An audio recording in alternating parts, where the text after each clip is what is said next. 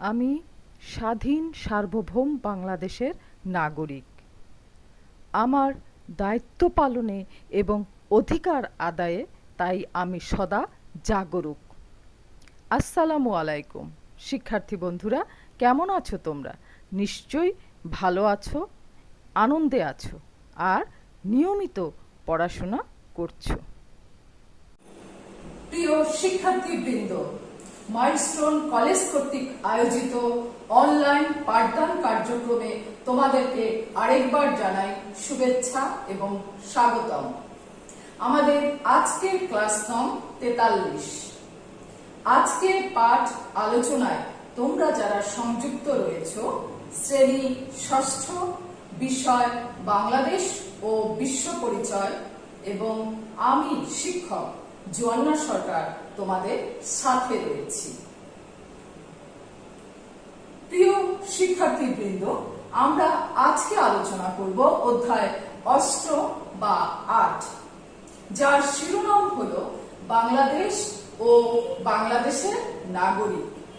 আমরা অধ্যায় 8 হতে আলোচনা করব পাঠ 4, যার শিরোনাম হলো নাগরিকত্ব লাভের নিয়ম। শিক্ষার্থীরা, আজকে আমাদের আলোচনায় যাওয়ার পূর্বে আমরা একটু পূর্ববর্তী পাঠটি যাচাই করতে চাই। নিশ্চয়ই তোমরা মনোযোগ সহকারে আলোচনা শুনেছ এবং পাঠ্য বইয়ের আলোকে পাঠটি শিখেছ। আমাদের পূর্ববর্তী পাঠ ছিল অধ্যায় 8, পাঠ 2 ও 3। আমরা মৌখিক প্রশ্ন এবং উত্তর দানের মাধ্যমে পূর্ববর্তী পাঠটি যাচাই করতে চাই। তোমরা মনোযোগ সহকারে প্রশ্ন শুনবে এবং তোমাদের উত্তরটি হবে সঠিক। পূর্ববর্তী পাঠ যাচাইয়ে প্রথম প্রশ্ন: বাংলাদেশ কি ধরনের রাষ্ট্র? স্বাধীন ও সার্বভৌম রাষ্ট্র। আমাদের দ্বিতীয় প্রশ্ন: বাংলাদেশের আয়তন কত? যথার্থ বলেছ, 1,47,570 বর্গ কিলোমিটার। আমাদের তৃতীয় প্রশ্ন: নাগরিক কে? সঠিক বলেছ, রাষ্ট্রে স্থায়ীভাবে বসবাসকারী অধিবাসী। আমাদের চতুর্থ প্রশ্ন: একজন নাগরিক কিভাবে নাগরিকত্ব পায়? এটিও সঠিক বলেছ, রাষ্ট্রের পরিচয়। আমাদের পঞ্চম প্রশ্ন: একজন নাগরিকের কয়টি বৈশিষ্ট্য রয়েছে? সঠিক বলেছ, 4টি। এভাবে তোমরা নিয়মিত আলোচনা শুনবে এবং শিখে ফেলবে তোমাদের পাঠ্য বইয়ের আলোকে। শিক্ষার্থী বন্ধুরা, আজকে আমরা আলোচনা করব অধ্যায় 8, পাঠ 4। আজকে আলোচনা হতে আমরা যা শিখব, অর্থাৎ আজকের আলোচনা হতে আমাদের শিখন ফল হলো নাগরিকত্ব অর্জনের পদ্ধতি ব্যাখ্যা করতে পারব, নাগরিকত্ব অর্জনের নিয়ম বর্ণনা করতে পারব, বিভিন্ন দেশের নাগরিকত্ব অর্জন পদ্ধতির তুলনা করতে পারব। শিক্ষার্থী বন্ধুরা, তোমরা ঝটপট করে তোমাদের নোটবুকটি খোলো, হাতে কলম নাও, পাশে তোমাদের পাঠ্য বইটি রাখো এবং ডায়েরিটি রেখে দাও। তোমাদের আলোচনা হতে, অর্থাৎ আজকের আলোচনা হতে গুরুত্বপূর্ণ অংশটুকু তোমরা নোটবুকে তুলে নেবে এবং পাঠ্য বইয়ের আলোকে সেটি শিখবে। তাহলে তোমাদের বোঝা এবং শেখা দুটোই সহজ হয়ে যাবে। শিক্ষার্থী বন্ধুরা, আমরা কতগুলো ছবি, অর্থাৎ 3টি ছবি দেখছি। একটি বাংলাদেশ রাষ্ট্র দেখছি, আমরা দেখছি বাংলাদেশ নামক রাষ্ট্রের অধিবাসী বা জনগোষ্ঠীকে দেখতে পাচ্ছি। আমরা দেখতে পাচ্ছি বাংলাদেশ নামক রাষ্ট্রের অধিবাসীরা তাদের পরিচয়পত্র তুলে ধরছেন বা প্রদর্শন করছেন, অর্থাৎ তারা বাংলাদেশ নামক রাষ্ট্রের অধিবাসী, যেটি তাদের পরিচয় পত্রে বহন করছেন বা এনআইডি কার্ডের মাধ্যমে তুলে ধরছেন। শিক্ষার্থী বন্ধুরা, আমরা আজকে আলোচনা করব অধ্যায় 8 পাঠ 4, যার শিরোনাম হচ্ছে বাংলাদেশের নাগরিকত্ব লাভের নিয়ম। সেটা শুধু বাংলাদেশের নয়, নাগরিকত্ব লাভের নিয়ম। তাহলে নাগরিকত্ব লাভের উপায় বা পদ্ধতি হলো দুইটি। নাগরিকত্ব লাভের প্রথম উপায় বা পদ্ধতি হলো জন্মসূত্রে নাগরিকত্ব লাভ। দ্বিতীয় পদ্ধতি হলো অনুমোদন সূত্রে নাগরিকত্ব লাভ। রাষ্ট্রের অধিবাসী বা ব্যক্তির জাতীয় পরিচয় হলো নাগরিকত্ব। নাগরিকত্ব লাভ হলো রাষ্ট্র কেন্দ্রিক। আমরা প্রথম দেখেছি নাগরিকত্ব লাভের প্রথম পদ্ধতি হলো জন্মসূত্রে নাগরিকত্ব লাভ। তাহলে জন্মসূত্রে নাগরিকত্ব লাভ কাকে বলে? যারা জন্মগতভাবে রাষ্ট্রে নাগরিকত্ব লাভ করে। কি বলছে দেখো, জন্মসূত্রে নাগরিকত্ব লাভের ক্ষেত্রে প্রধান বিবেচ্য বিষয় বা নিয়ম হলো দুইটি। জন্মসূত্রে নাগরিকত্ব লাভের দুইটি নিয়ম রয়েছে। প্রথম হচ্ছে জন্মসূত্র নীতি, দ্বিতীয় হচ্ছে জন্মস্থান নীতি। জন্মসূত্র নীতি অনুযায়ী বাবা মা যে রাষ্ট্রের নাগরিক, সন্তান সে রাষ্ট্রের নাগরিকত্ব লাভ করে। সন্তান বিদেশে জন্মগ্রহণ করলেও বাবা মা যে দেশের নাগরিক, সন্তান সে দেশের নাগরিকত্ব লাভ করবে। যেমন বাংলাদেশি বাবা মায়ের সন্তান জাপানে জন্মগ্রহণ করলেও সে হবে বাংলাদেশি, কারণ তার বাবা মা হচ্ছে বাংলাদেশি। ভারতীয় বাবা মায়ের সন্তান বাংলাদেশে জন্মগ্রহণ করলেও সে হবে ভারতীয়, কারণ তার বাবা মা ভারতীয়। পৃথিবীর অধিকাংশ দেশ জন্মসূত্র নীতি অনুসরণ করে। অন্যতম দেশগুলো হলো বাংলাদেশ, ফ্রান্স, জাপান, ইতালি প্রভৃতি। আমরা দ্বিতীয় নীতি দেখব। জন্মসূত্রে নাগরিকত্ব লাভের দ্বিতীয় উপায় বা নীতি হলো জন্মস্থান নীতি। বাবা মা যে দেশেরই হোক না কেন, সন্তান যে দেশে জন্মগ্রহণ করবে সেই দেশের নাগরিক হবে। এমনকি জন্মগ্রহণকারী দেশের জাহাজে বা দূতাবাসে জন্মগ্রহণ করলেও সেই দেশের নাগরিকত্ব লাভ করবে। যেমন কোন বাংলাদেশি বাবা মায়ের সন্তান আমেরিকাতে জন্মগ্রহণ করলে সে আমেরিকার নাগরিক হবে। পৃথিবীর খুব কম দেশে এই নীতি বা জন্মস্থান নীতি অনুসরণ করা হয়। উদাহরণস্বরূপ বলা যায়, অস্ট্রেলিয়া, কানাডা ও মার্কিন যুক্তরাষ্ট্রে জন্মস্থান নীতি অনুসরণ করা হয়। আমরা নাগরিকত্ব লাভের দুটো নিয়ম বা পদ্ধতি সম্পর্কে জেনেছি। প্রথমটি ছিল জন্মসূত্রে নাগরিকত্ব লাভ, দ্বিতীয়টি হলো অনুমোদন সূত্রে নাগরিকত্ব লাভ। কি বলছে দেখো, অনুমোদন সূত্রে নাগরিকত্ব লাভের বৈশিষ্ট্য হলো অনুমোদনের জন্য আবেদন করতে হবে। এক বা একাধিক রাষ্ট্রে নাগরিকত্ব লাভ করতে পারবে। শর্ত পূরণ সাপেক্ষে নাগরিক হওয়া যায়। এক বা একাধিক শর্ত পূরণ করতে হবে। অনুমোদিত রাষ্ট্রে স্থায়ীভাবে বসবাস করা যায়। অনুমোদনকারী রাষ্ট্রের নাগরিকদের ন্যায় সমান অধিকার ও সুযোগ সুবিধা ভোগ করা যায়। তাহলে অনুমোদন সূত্রে নাগরিকত্ব লাভ করতে হলে নাগরিককে কি করতে হবে? আবেদন করতে হবে। এক বা একাধিক শর্ত পূরণ করতে হবে।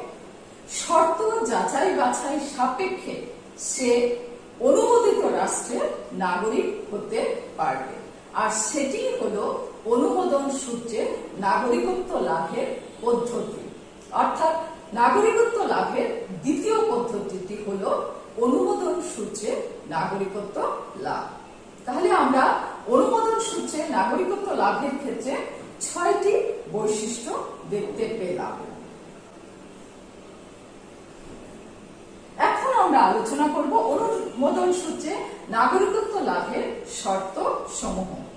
কারণ আমরা সংজ্ঞাতে জেনেছি অনুমোদন সূত্রে নাগরিকত্ব লাভের ক্ষেত্রে আবেদন করতে হবে, শর্ত পূরণ করতে হবে এক বা একাধিক। তাহলে শর্তগুলো কি কি বা শর্ত সমূহ হলো: 1, আবেদনকারী রাষ্ট্রের কোন নাগরিককে বিবাহ করে। 2, আবেদনকারী রাষ্ট্রের সম্পত্তি ক্রয় করে। 3, আবেদনকারী রাষ্ট্রে দীর্ঘদিন বসবাস করে। 4 নম্বর শর্ত, আবেদনকারী রাষ্ট্রে চাকরিরত থাকে। অর্থাৎ যে রাষ্ট্রের নাগরিক হওয়ার জন্য আবেদন করেছে সেই রাষ্ট্রে যদি সে চাকরিরত থাকে বা চাকরি করে। 5, আবেদনকারী রাষ্ট্রের ভাষা জানে। অর্থাৎ রাষ্ট্রে থাকাকালীন সে যদি সে দেশে ভাষা শিখতে পারে। 6 নম্বর বা ষষ্ঠ নিয়ম হলো বা শর্ত হলো আবেদনকারী রাষ্ট্রের সেনাবাহিনীতে চাকরি গ্রহণ করে। 7 নম্বর শর্ত হলো ভালো চরিত্রের অধিকারী হয়। 8 নম্বর উন্নততর দক্ষতার অধিকারী হয়। অর্থাৎ তার যদি যে কোনো একটি বিষয়ে উন্নততর দক্ষতা থাকে, দক্ষ হয় সে কাজটি করতে। যেমন ধরো ইঞ্জিনিয়ার, খুব ভালো মাপের সে ইঞ্জিনিয়ার, অর্থাৎ দক্ষ ইঞ্জিনিয়ার হতে পারে। সে দক্ষ চিকিৎসক হতে পারে। সে মানবিক উন্নয়নের ক্ষেত্রে দক্ষ একজন কর্মকর্তা। তাই বলছে উন্নততর দক্ষতার অধিকারী হয়। 9 শর্ত হলো রাজনৈতিক আশ্রয় গ্রহণ করে। কোনো কারণে যদি সে আবেদন করে যে রাজনৈতিকভাবে সে বিপদের মধ্যে আছে, তাই রাজনৈতিক আশ্রয় চেয়ে সে আবেদন করতে পারে। তাহলে অনুমোদন সূত্রে নাগরিকত্ব লাভের আমরা 9টি শর্ত নিয়ে আলোচনা করলাম। এই 9টি শর্ত হতে এক বা একাধিক শর্ত যদি নাগরিক পূরণ করতে পারে আবেদনের প্রেক্ষিতে এবং আবেদনকারী রাষ্ট্র যদি সেটি যথোপযুক্ত গ্রহণযোগ্য মনে করে, তখন তাকে যে সেই দেশে বসবাস করার জন্য যে অনুমোদন প্রদান করে তাকে বলা হয় অনুমোদন সূত্রে নাগরিকত্ব লাভ। শিক্ষার্থী বন্ধুরা, আমরা আরেকটি গুরুত্বপূর্ণ বিষয় নিয়ে আলোচনা করব, যেটি হলো দ্বি নাগরিকত্ব। দ্বি মানে 2, তাহলে দুটো দেশের নাগরিকত্ব লাভ করা। কি বলছে দেখো, একই ব্যক্তি 2টি দেশের নাগরিকত্ব লাভ করলে তাকে বলে দ্বি নাগরিকত্ব। অর্থাৎ একজন নাগরিক দুটো দেশের নাগরিকত্ব লাভ করলে তাকে বলে দ্বি নাগরিকত্ব। প্রাপ্তবয়স্ক হলে ইচ্ছা করলে যে কোনো একটি রাষ্ট্রের নাগরিকত্ব গ্রহণ করতে পারে। তাহলে দ্বি নাগরিকত্ব লাভের ক্ষেত্রে তাকে প্রাপ্তবয়স্ক হতে হবে, এবং যখন সে প্রাপ্তবয়স্ক হবে এক এক দেশের ক্ষেত্রে এক এক ধরনের প্রাপ্তবয়স্ক হওয়ার নিয়ম বা নীতি রয়েছে। সেই অনুযায়ী যখন সে প্রাপ্তবয়স্ক হবে সে ইচ্ছা করলে যে কোনো একটি রাষ্ট্রের নাগরিকত্ব গ্রহণ করতে পারে, আবার ইচ্ছা করলে 2টি রাষ্ট্রের নাগরিকত্ব রাখতে পারে। কি বলছে দেখো, যেমন বাংলাদেশি বাবা মায়ের সন্তান আমেরিকায় জন্মগ্রহণ করলে সে হবে আমেরিকার নাগরিক।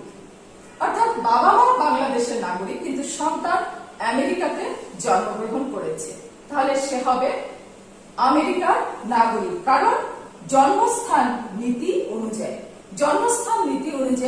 যে রাষ্ট্রে জন্মগ্রহণ করবে সেখানকার জাহাজে বা দূতাবাসে যেখানে জন্মগ্রহণ করুক সে হবে সেই দেশের নাগরিক। তাহলে আমেরিকাতে হচ্ছে জন্মস্থান নীতি অনুসরণ করা হয়। তাহলে সন্তান বাংলাদেশি বাবা মায়ের হলেও সে আমেরিকাতে জন্মগ্রহণ করার ফলে সে হবে আমেরিকার নাগরিক এবং সেটা হবে জন্মস্থান নীতি অনুযায়ী। অন্যদিকে বাবা মা বাংলাদেশি হওয়ায় সে বাংলাদেশেরও নাগরিক। কোন নীতি অনুযায়ী? জন্মসূত্র নীতি অনুযায়ী। জন্মসূত্র নীতি অনুযায়ী বাবা মা যে দেশের নাগরিক সন্তান সে দেশেরই নাগরিক হবে। সুতরাং বাবা মা বাংলাদেশি হওয়ায় সে হবে বাংলাদেশের নাগরিক। কোন নীতি অনুযায়ী? জন্মসূত্র নীতি অনুযায়ী। আমরা এতক্ষণ পার্ট 4 হতে আলোচনা করেছি নাগরিকত্ব লাভের পদ্ধতি, নাগরিকত্ব লাভের নিয়ম এবং বিভিন্ন রাষ্ট্রে নাগরিকত্ব লাভের ক্ষেত্রে কোন কোন নীতি অনুসরণ করা হয়। শিক্ষার্থী বন্ধুরা, আমরা এখন পাঠ ভিত্তিক জ্ঞানমূলক প্রশ্ন নিয়ে আলোচনা করব। তোমরা জানো জ্ঞানমূলক প্রশ্ন লিখতে হয় এক বাক্যে বা শব্দে, যার মান হলো 1। তাহলে আমরা পাঠ ভিত্তিক জ্ঞানমূলক প্রশ্ন আলোচনা করি। তোমরা মনোযোগ সহকারে প্রশ্নগুলো শুনবে এবং পাঠ্য বইয়ের আলোকে উত্তরগুলো শেখার চেষ্টা করবে। তোমরা পাঠ্য বইয়ে আরো অনেক বেশি জ্ঞানমূলক প্রশ্ন পাবে। তাহলে আমাদের প্রথম জ্ঞানমূলক প্রশ্ন, রাষ্ট্রের অধিবাসী বা ব্যক্তির জাতীয় পরিচয় কি? নাগরিকত্ব। নাগরিকত্ব অর্জনের ক্ষেত্রে বাংলাদেশে কোন পদ্ধতি অনুসরণ করা হয়? জন্মসূত্র নীতি। 3, অস্ট্রেলিয়াতে নাগরিকত্ব লাভে কোন নীতি অনুসরণ করা হয়? জন্মস্থান নীতি। 4 নম্বর প্রশ্ন, জন্মসূত্র নীতি অনুযায়ী সন্তান কোন রাষ্ট্রের নাগরিকত্ব লাভ করবে? বাবা মা যে রাষ্ট্রের নাগরিক। পঞ্চম জ্ঞানমূলক প্রশ্ন, অন্য দেশের নাগরিক হতে হলে কি করতে হবে? আবেদন ও শর্ত পূরণ করতে হবে। আমাদের ষষ্ঠ প্রশ্ন, অনুমোদন সূত্রে নাগরিকত্ব লাভকারী কি অধিকার প্রাপ্য হয়?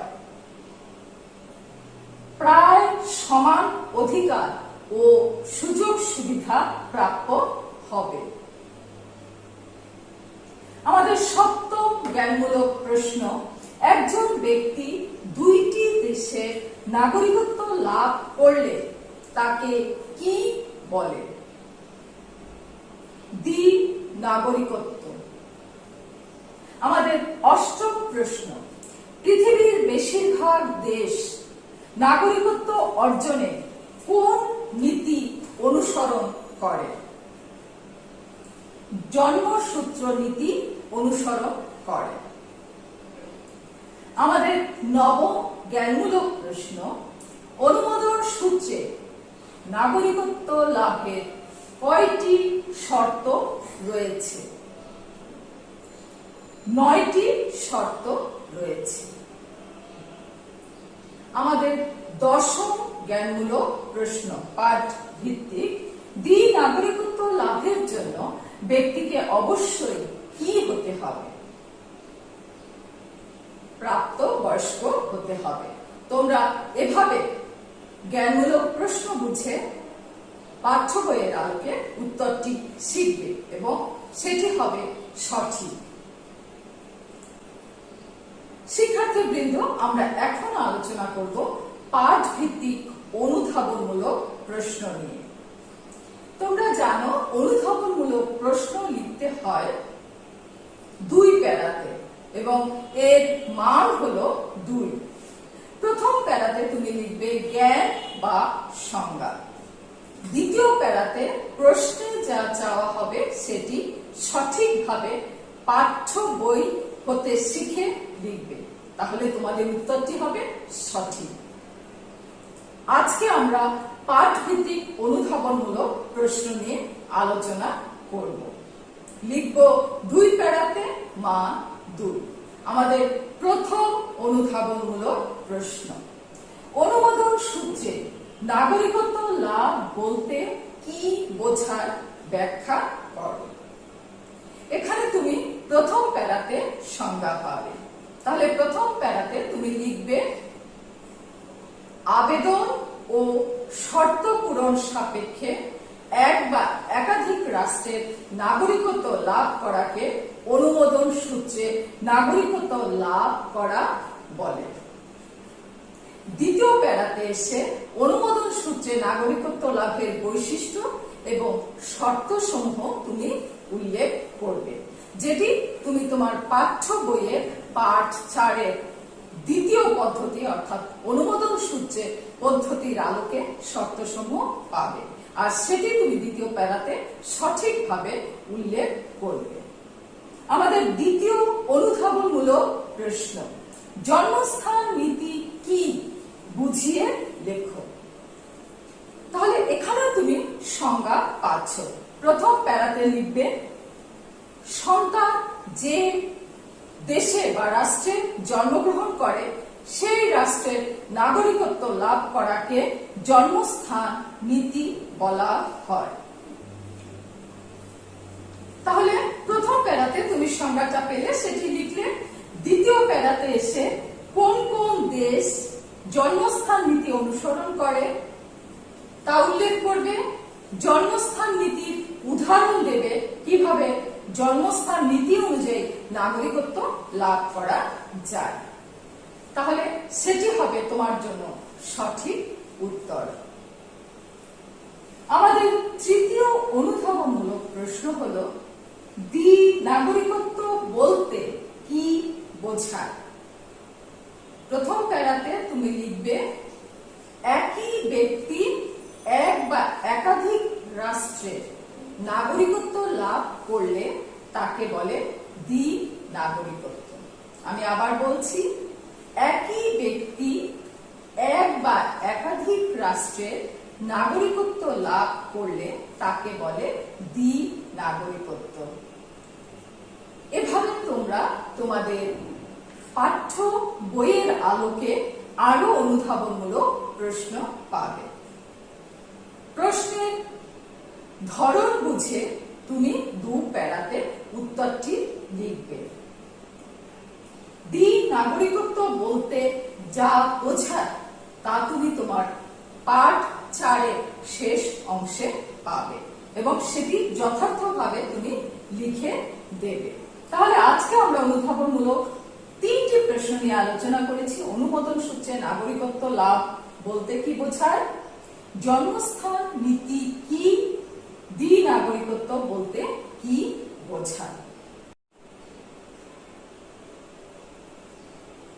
শিক্ষার্থীবৃন্দ, আমরা এতক্ষণ অধ্যায় 8 পাঠ 4 হতে জ্ঞানমূলক প্রশ্ন, অনুধাবনমূলক প্রশ্ন নিয়ে আলোচনা করেছি। আমরা পাঠটি অর্থাৎ পাঠ ভিত্তিক পদ্ধতি, নিয়ম এবং বিভিন্ন দেশে নাগরিকত্ব লাভের নিয়ম বা নীতি তুলনা সম্পর্কে আলোচনা করেছি, শিখেছি। নিশ্চয়ই তোমরা মনোযোগ সহকারে আলোচনা শুনেছ এবং গুরুত্বপূর্ণ অংশটুকু তোমাদের নোটবুকে তুলে নিয়েছ। শিক্ষার্থী বন্ধুরা, আজকে আমাদের আলোচনাটুকু কতটা মনে আছে তা আমরা একটু যাচাই করতে চাই। তাহলে পাঠটি আমাদের পক্ষে বোঝা এবং শেখা দুটোই সহজ হয়ে উঠবে। এবং তোমরা যদি সহজভাবে শিখতে পারো, সঠিকভাবে শিখতে পারো, তাহলে প্রশ্নের আলোকে উত্তরটিও সঠিক লিখতে পারবে। আর আমাদের প্রত্যাশা যেন তোমাদের শিখন সম্পূর্ণ হয়। পাঠ্য বইয়ের আলোকে প্রশ্ন বুঝে তোমরা সঠিক উত্তরটি লিখতে পারো। তাহলে আজকে পাঠ আলোচনা হতে আমরা পাঠ মূল্যায়ন করতে চাই মৌখিক প্রশ্ন এবং উত্তর দানের মাধ্যমে।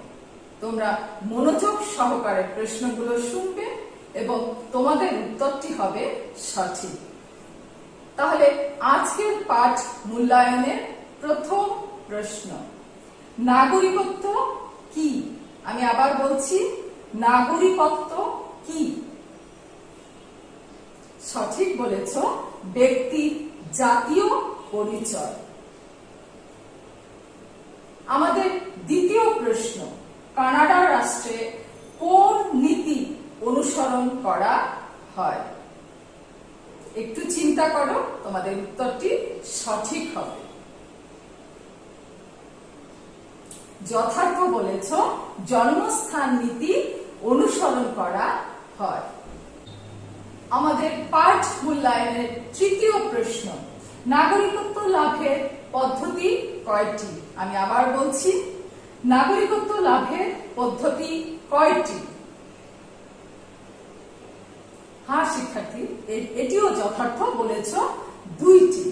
এভাবে তোমরা পাঠ্য বইয়ের আলোকে পড়া শিখবে, নিয়মিত পাঠ আলোচনায় অংশগ্রহণ করবে। তোমাদের গুরুত্বপূর্ণ অংশটুকু তোমাদের নোটবুকে তুলে নিয়েছ। তাহলে এভাবে তোমরা নিয়মিত পাঠ্য বইয়ের আলোকে পড়া শিখবে, আলোচনা মনোযোগ সহকারে শুনবে, অংশগ্রহণ করবে। তাহলে তোমাদের পড়া বুঝতে শিখতে যেমনি সহজ হবে, তেমনি প্রশ্নের আলোকে উত্তরটিও তোমরা সঠিক লিখতে পারবে। আর তোমাদের কাছে আমাদের সেটাই প্রত্যাশা, যেন তোমাদের শিক্ষাটা সম্পূর্ণ হয়ে ওঠে। শিক্ষার্থী বন্ধুরা, তোমরা ঝটফট করে তোমাদের ডায়েরি খোলো। আজকের আলোচনা হতে যা শিখবে, অধ্যায় 8 পাঠ 4। আমি আবার বলছি, আজকের আলোচনা হতে যা শিখবে, অধ্যায় 8 পাঠ 4। এভাবে তোমরা নিয়মিত পড়া শিখবে, তাহলে তা তোমাদের জন্য সহজ হয়ে উঠবে। তোমরা আজকের শিশু, কিন্তু বাংলাদেশ নামক স্বাধীন সার্বভৌম রাষ্ট্রের আগামী দিনের ভবিষ্যৎ নাগরিক।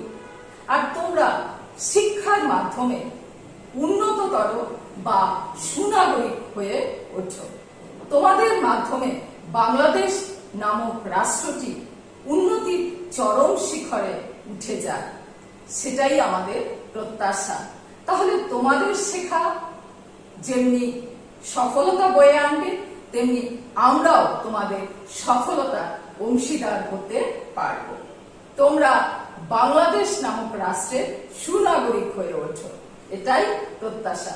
খুব আনন্দে থাকো, চারিদিক জ্ঞানের আলোতে প্রসারিত করে তোলো। ধন্যবাদ সকলকে।